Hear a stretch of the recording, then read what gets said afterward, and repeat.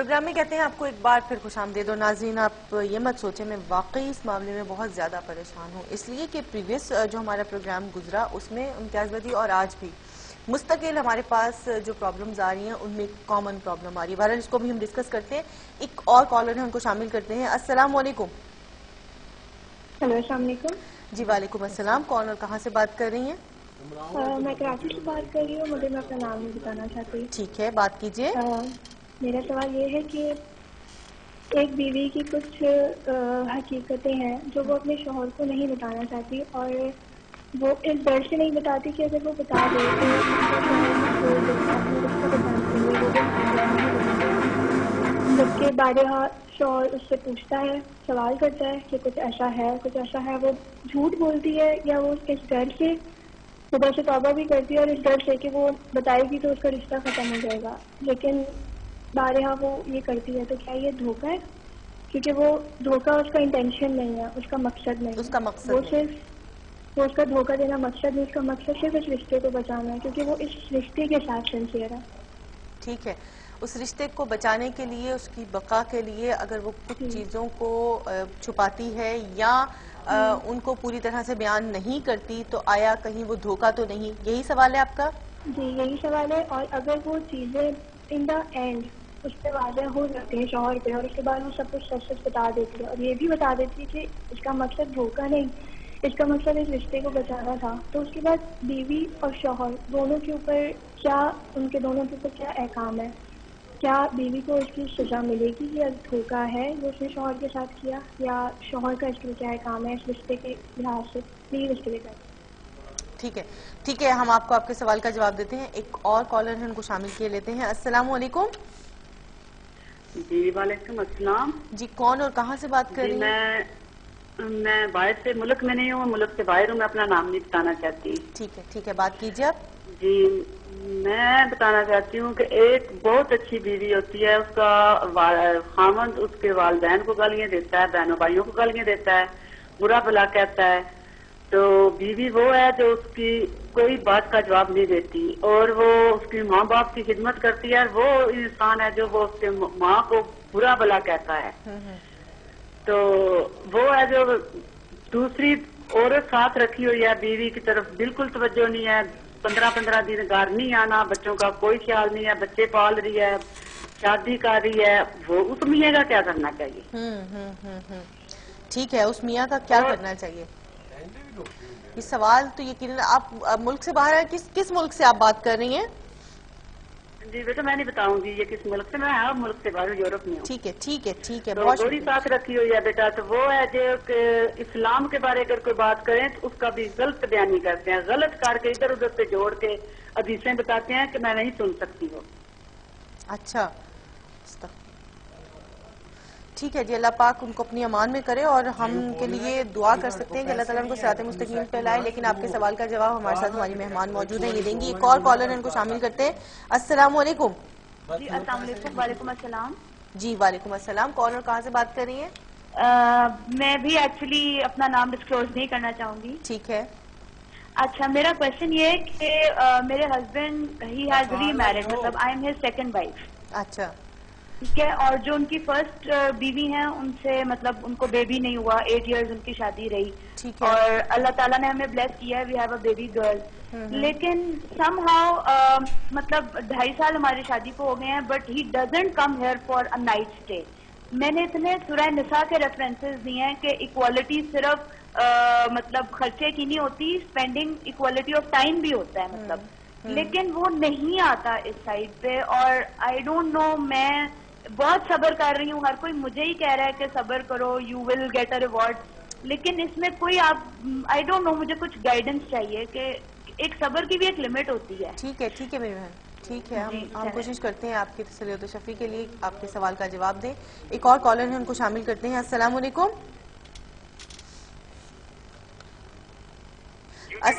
جی وعلیکم السلام. کون اور کہاں سے بات کر رہی ہیں؟ ہیلو جی السلام علیکم. السلام علیکم. کال ڈراپ ہو گئی ہے.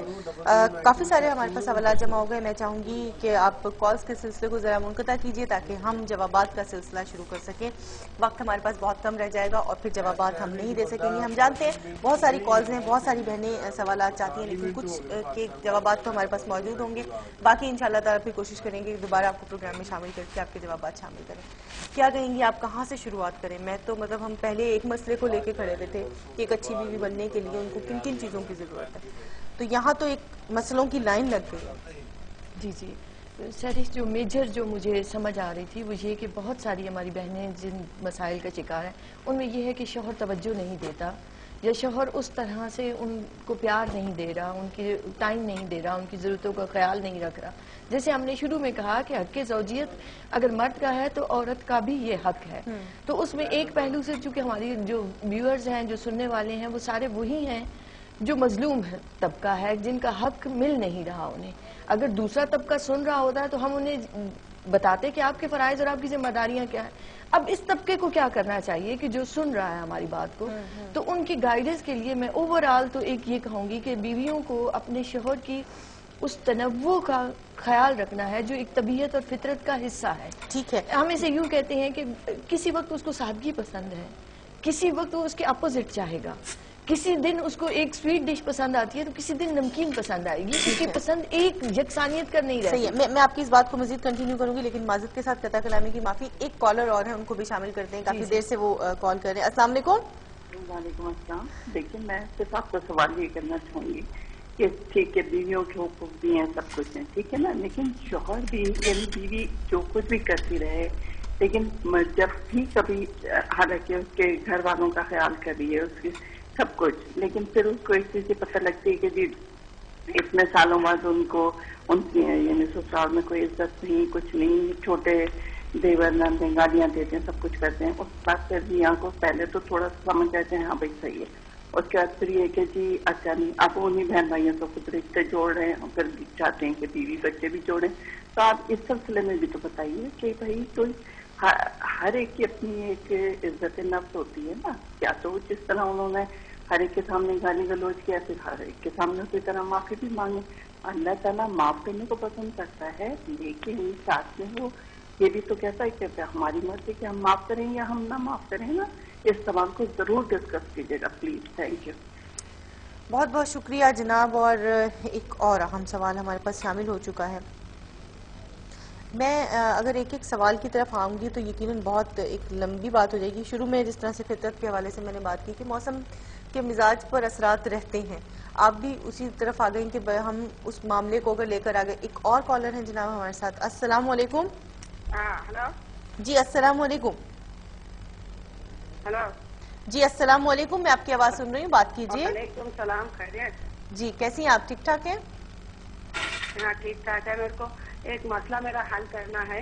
جی بولیے. جو میرا شوہر, میرے بچے, میری بیٹی کی شادی کے بعد 2-3 مہینے کے بعد ایک مغربی نام کی عورت آئی اور اس کے ساتھ نکاح کی. میرے ساتھ ایسا کبھی جھگڑا کرتے, کبھی اچھے رہتے. پہلے تو ہمارا ہنستا کھیلتا پریوار تھا. کیا اس کا مسئلہ حل کا آپ کریں گے؟ اچھا جی, دوسری شادی کرنے کے بعد پہلی بیوی جو کہ ایک اچھی بیوی بننا چاہتی ہے, آپ کے ساتھ رہنا چاہتی ہے, آپ کے بچوں کی ماں ہے, اس کے حقوق آپ ادا نہ کریں تو اس میں کیا معاملات آپ کے ساتھ ہو سکتے ہیں, اور کیا کچھ آپ کے لیے جو بہتری کی امید ہے, اور کس طرح سے ان کو سمجھایا جا سکتا ہے؟ یہ تمام معاملات خواتین کی طرف سے آ رہے ہیں. ٹیم جیسے کہ ہم نے بات شروع کی تھی اور یہ کہا تھا کہ اب فرائض اور ذمہ داریاں اسے بتائی جانی چاہیے جو سن رہا ہو. ہوا میں ہم باتیں کرتے رہیں تو یہ باتیں ضائع چلی جاتی ہیں. اس لیے میں اپنی بہنوں سے کہوں گی کہ تھوڑی سی اپنی طبیعتوں میں تبدیلی لے کر آئے, چینج لے کر آئے. میں اسے اور زیادہ آسان لفظوں میں کہوں تو تھوڑی سے شوق اور چنچل ہو جائیں, اسے اور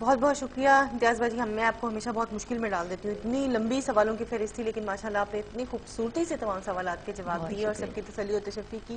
اللہ تبارک و تعالیٰ آپ کو اپنی حفظ و امان میں رکھے. میری بہت ساری دعائیں آپ کے ساتھ ہیں, انشاءاللہ آپ سے دوبارہ ملاقات ہوگی. لیکن ناظرین کرام, جاتے جاتے یہ اختتامی مراحل ہیں ہمارے پروگرام کے, اور آج جتنی لمبی فہرست ہمارے سامنے تھی, پچھلے پروگرام میں بھی ایک ایسی ہی لمبی فہرست ہمارے سامنے آئی تھی. میں صرف اتنا کہنا چاہوں گی اپنی تمام بہنوں کو کہ دیکھیں, گھر میں نا اتفاقی اور گھر میں روز پر روز پریشانی جب بڑھتی ہے کہ جب ہمارے گھر کے جو معاشی پرابلمز ہیں وہ بڑھتے چلے جاتے ہیں, تھوڑا سا ان لاپرواہیوں سے آپ اپنا ہاتھ کھینچیں. جو آپ کی شوہر کی ماہانہ آمدن ہے اس میں کوشش کریں کہ بہترین گزر بسر کریں, یعنی کفایت چاری سے اپنے گھر کو جنت بنائیں.